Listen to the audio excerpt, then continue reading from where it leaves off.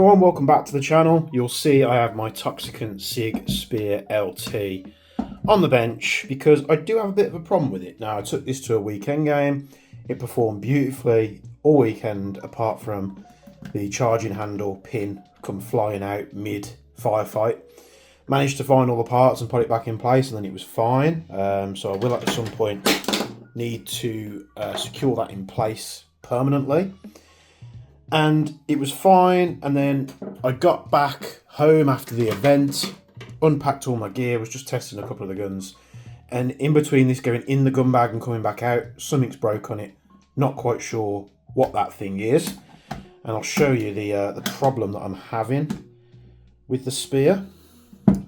So let me just pop the two receivers apart, and then we can get to what's going on with this thing. So it's to do with the valve knocker. Now you'll see, the valve knocker doesn't reset. Now it does, I can push it in manually and it will fire, but during the whole operation of the gun, the valve knocker does not reset. So we need to look at that today. So we'll be taking this thing apart. I've just got to remember how I do that. So we've got a small grub screw on the bottom of the fire selector there, which we're going to have to take out. I believe it's a 1.5, but I could be wrong. It could be smaller than that. Yeah, we're going to need smaller than a 1.5, so let's grab something a bit smaller. Right, smaller than a 1.5, eh? So we'll go down to a 1.3, which fits nicely. So we back that grub screw out a little bit. Then we can remove it. And what that will enable us to do is to push the selector out from right to left. The other parts we need to take out, I'm pretty sure we need to take out the mag release. So we pull and spin, pull and spin, and we keep going until this thing comes loose. Sometimes they'll get stuck like this and you can just spin it out, so I've got no pressure on my finger there. But we have to remember is that's under spring tension, so what we need to do is just get something to safely click that out like so, save it shooting across the room. After we've done that, we need to take out the grub screw behind, the normal bolt, little screw there, which I think is a 2.5. So let's grab that, and we can loosen off the rear mounting screw for the trigger box. Once that's loose, we can pop it out there. I think the only thing left holding it in is the trigger pin, which should pop out nice and easy, which it does. You've got the little divot which goes onto the right hand side of the trigger mech, and we can pop this out. And the only thing you'll see different here is I've used a little gearbox shim on the back there. See if we can focus you. Little gearbox shim there, that props the trigger pack up a little bit, and that means you can torque it down and it doesn't lock up the fire selectors. So if you do try and torque that screw down on any of the Toxicant MCXs so far I've seen, it binds up the selector. So just put a little shim in there and you should be good to go. And we need to see what's going on with this, so we can remove that plate off the side, we can remove this plate. Bear in mind, just a day's worth of gaming. We do have some slight wear on the Z-style catch, and we do have, you'll see here, notice there we've got a little screw loose. So that could be what's gone wrong here. Is that a 1.5? It is. So I'm just going to pop that back in so that we can extract the bolt release, And we've got a bunch of different screws and bolts to untighten here. So we've got Torx bits. I think that's probably like a T9, maybe a T10. So let's start with a T10. Yeah, T10. I'm pretty sure this is how we do it. Never took this trigger pack apart before, so I am guessing. You can release the hammer tension there. So we've got 1, 2 countersunk screws and 1 in the back. All these screws are loose,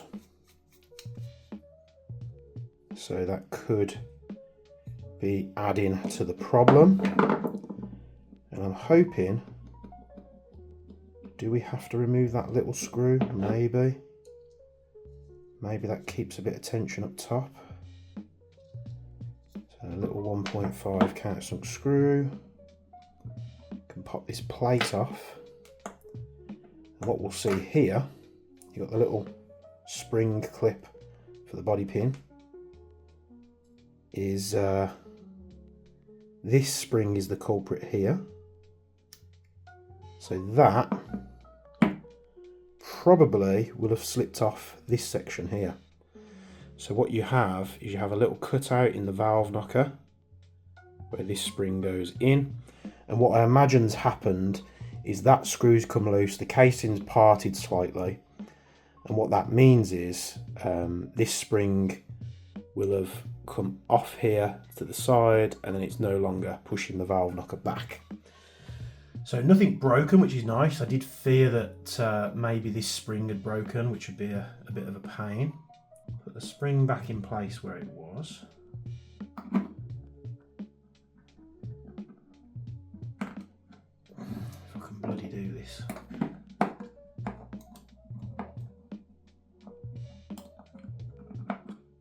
Like that. And then maybe can set that in place like so. Going to need a little pokey tool. We're going to pull the spring forward and hopefully set it in place on the valve knocker. I don't think that's quite in place there. There we go. So I'll just pop that back in place, push this spring back down so it sits nicely, and when we pull the hammer back, the valve moves freely backwards on its own. So we're going to have to keep an eye on that, because the last thing we want is to keep having to open the trigger box to fix that. We take our little spring. Where did that go? Oh, there. Bloody hell. Camouflage that was. So we can take this little clip for the body pin, set it on the trigger like that, then we set this back on. We can put these screws back in. I'm just going to torque them up, I'm not going to Loctite them, because it would be interesting to see if after the next game I get the same issue, if that's the case, because if I Loctite all these in place and then that spring pops off again and I need to bend the spring to make sure it sits better, the last thing I want to be doing is having a pain removing these screws if I've Loctited them in place. So let's spin all these back in. We are going to give them a mental click. Make sure they're nicked up nice and tight. Swap that 1.3 out with the 1.5. It's a very, in my opinion, it's a very silly place for a screw, because you'll see there before I took it apart that it was actually blocking the bolt catch, which I hadn't noticed. I don't think it was blocking the bolt catch in normal operation. So we're gonna try and put this back on. bolt catch on this is, I don't know why, it's just more annoying than a normal MWS one. But credit where credit is due, this trigger pack is very, when it's working, got a bit of damage there, which looks like it's off the hammer maybe, because the bolt's pinned over the hammer,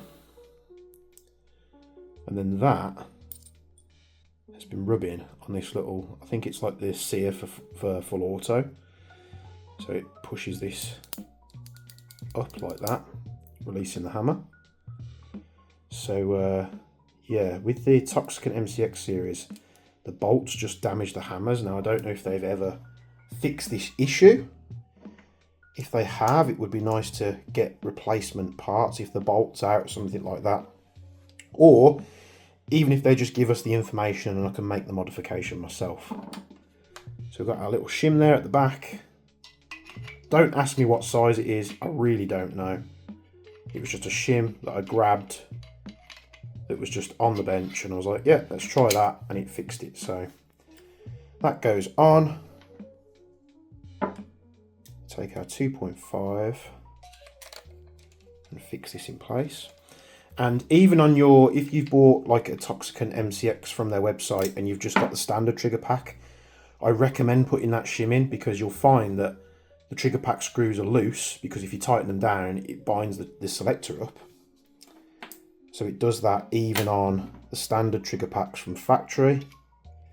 It takes, you know, 5 minutes to pop a shim in there, and you'll be happy you've done so, because the selectors will be nice and smooth. And I'm just going to loosen that bolt off, just so I can get this pin in, because it was torquing up the trigger pack a little bit. That should be fine now. Always be careful putting these torquing these screws down as well. I don't fully trust not stripping that thread out, so put the mag release on.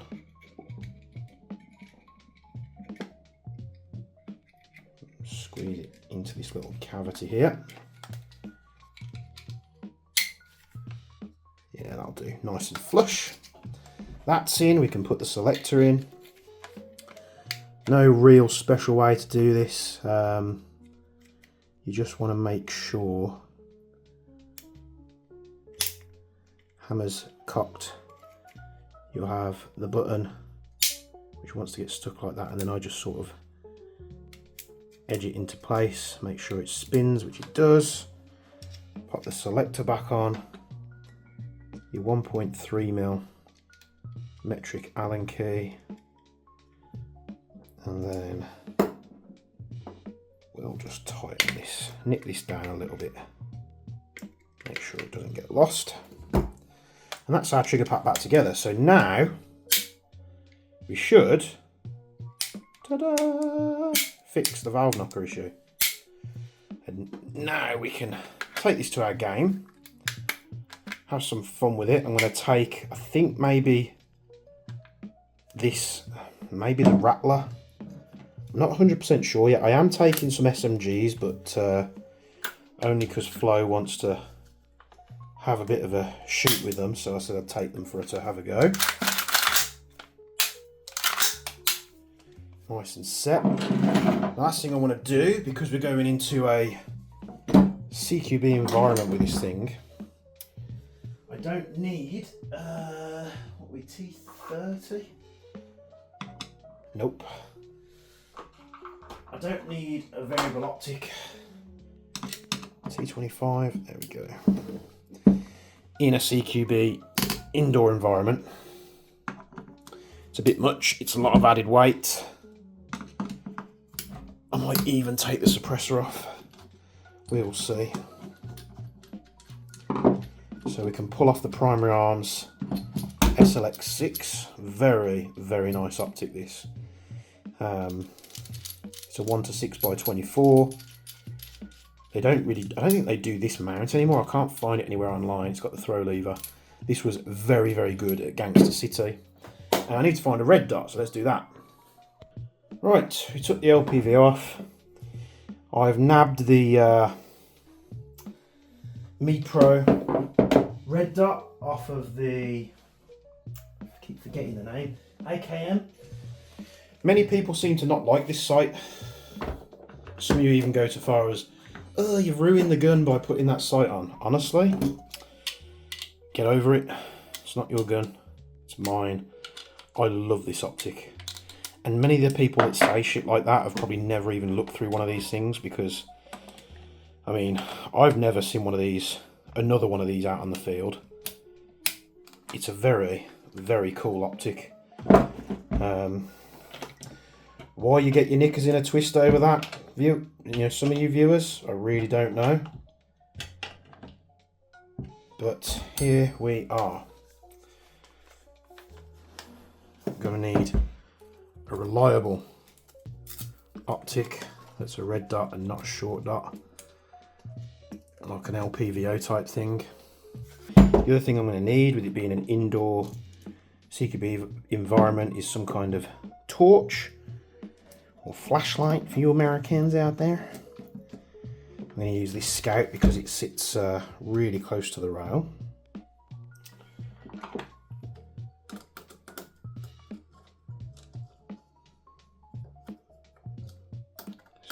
Just pop this on the M-lock.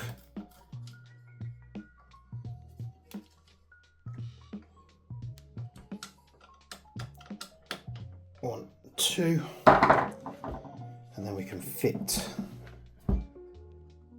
the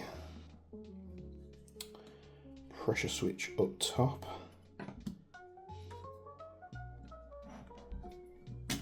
Feed this. Oh. We're doing that a bit close. We might be doing that a bit close. We'll do it this way.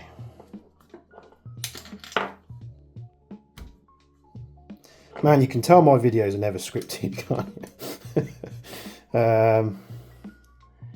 We need to hide the wire. Feed it into the rail. Just sort of get it out of the way like that. So now I've got my torch.